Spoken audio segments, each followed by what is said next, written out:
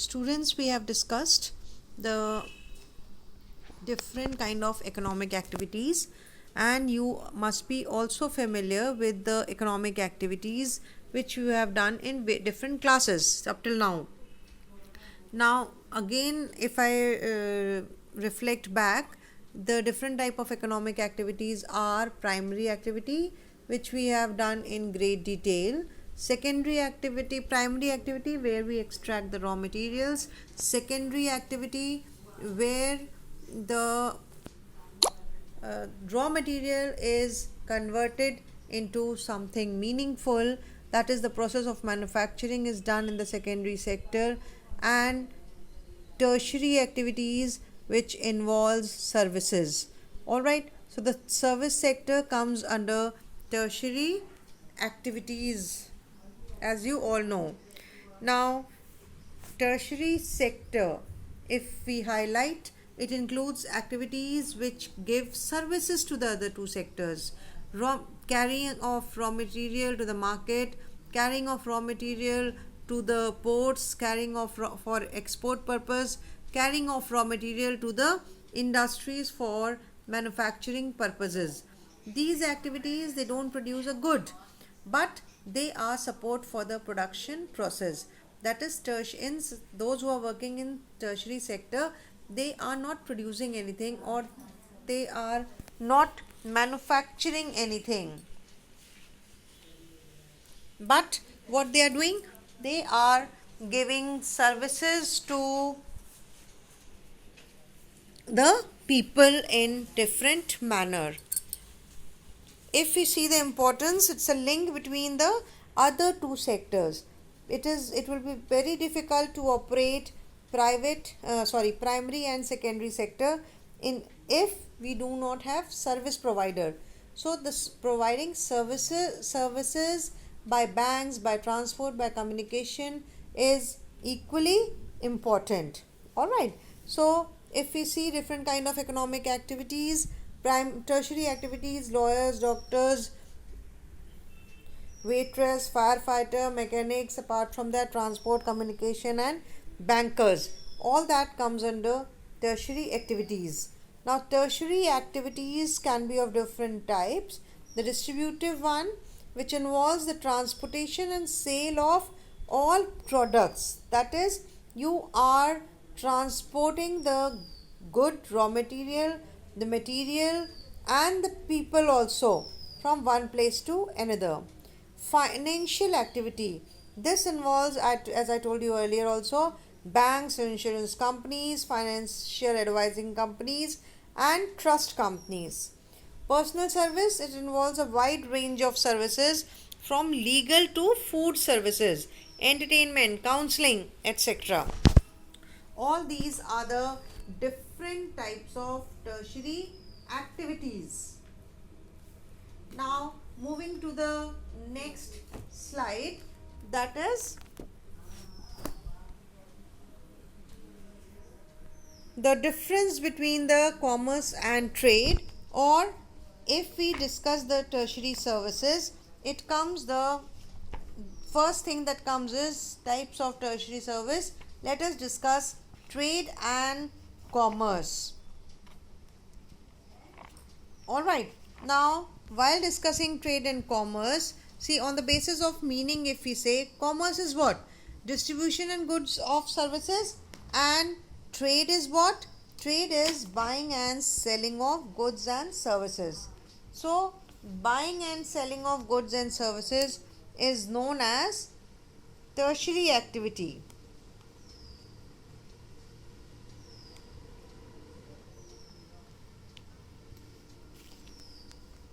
Or you can say it is known as trade. Then capital investment, industries, if we leave apart, because industry is the secondary sector, we are here only concerned with commerce and trade. So in case of commerce, lesser capital is invested, and in case of trade, less capital, depending on the nature of business. It depends on what kind of business you are into, that it decides the investment. Then scope, it includes primary, secondary and service industries. In commerce, it includes trade and auxiliaries to trade, that is, co-partners. But in trade includes home, that is internal trade, as well as foreign trade.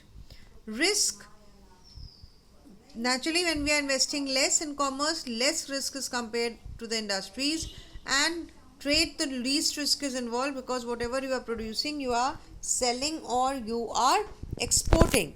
So less, very least is involved over there. Now, trading centers are divided as rural and urban marketing centers. Now, if we see to the rural marketing centers, they cater to nearby settlements. That is, they fulfill the needs of the nearby settlements. They are rudimentary. Rudimentary means purely basic, unorganized, and they are type of personal centers which are not well developed. They are not professionals, just a local type of market, and they act as local collecting and distributing centers. Rural areas mein it's a collection, manufacturing is not there, it's collection and distribution of centers. Then next we can say that in rural areas we have periodic markets. Now these periodic markets where no regular market is available. Temporal market as are organized at temporal intervals.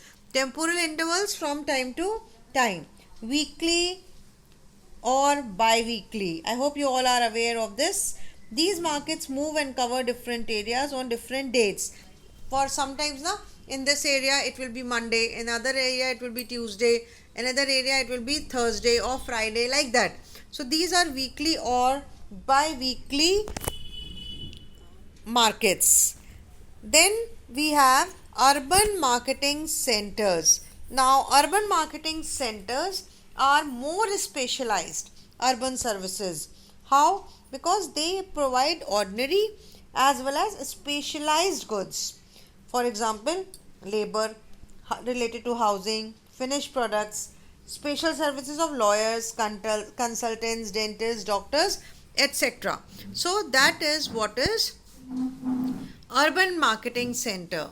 Then if we see the philosophy of urban marketing center, it is marketing and social concept.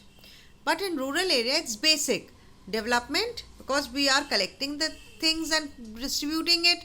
So development and relationship marketing, how much or up to what extent we are related to urban areas.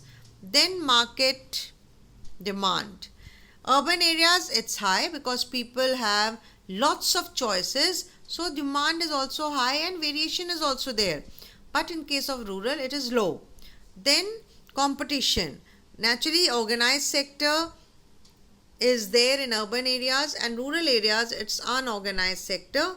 But urban centers, competition is also too much because people are aware of the things. They can very well analyze what facilities we are getting at one place and what facilities we are not getting at another place. So they have that point of rationalization.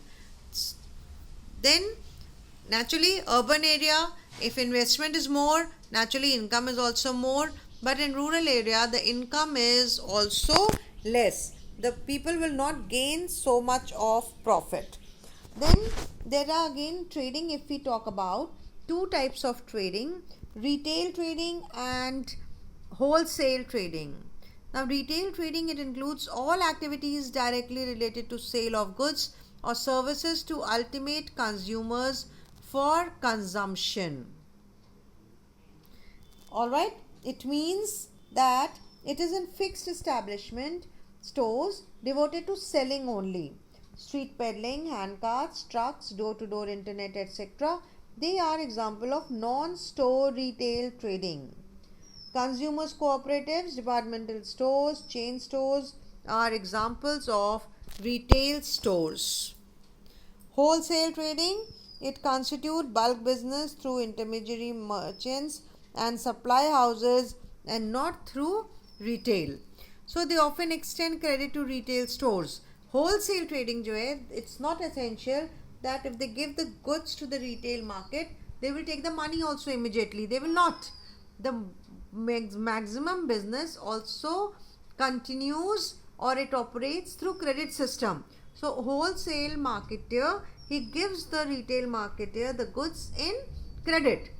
When the goods is sold, then in part payment or full payment or installment, the retailer can make payment for the goods which has been taken by him. So we have just discussed the meaning of activities in this session, types of tertiary activities. In types of tertiary activity, I have explained to you about different types of tertiary activities. I have taken only one today, trade and commerce. In that, what is trade, what is commerce, the difference, then rural marketing center, urban marketing center, their difference, then retail trading, what is retail trading, and what is wholesale trading.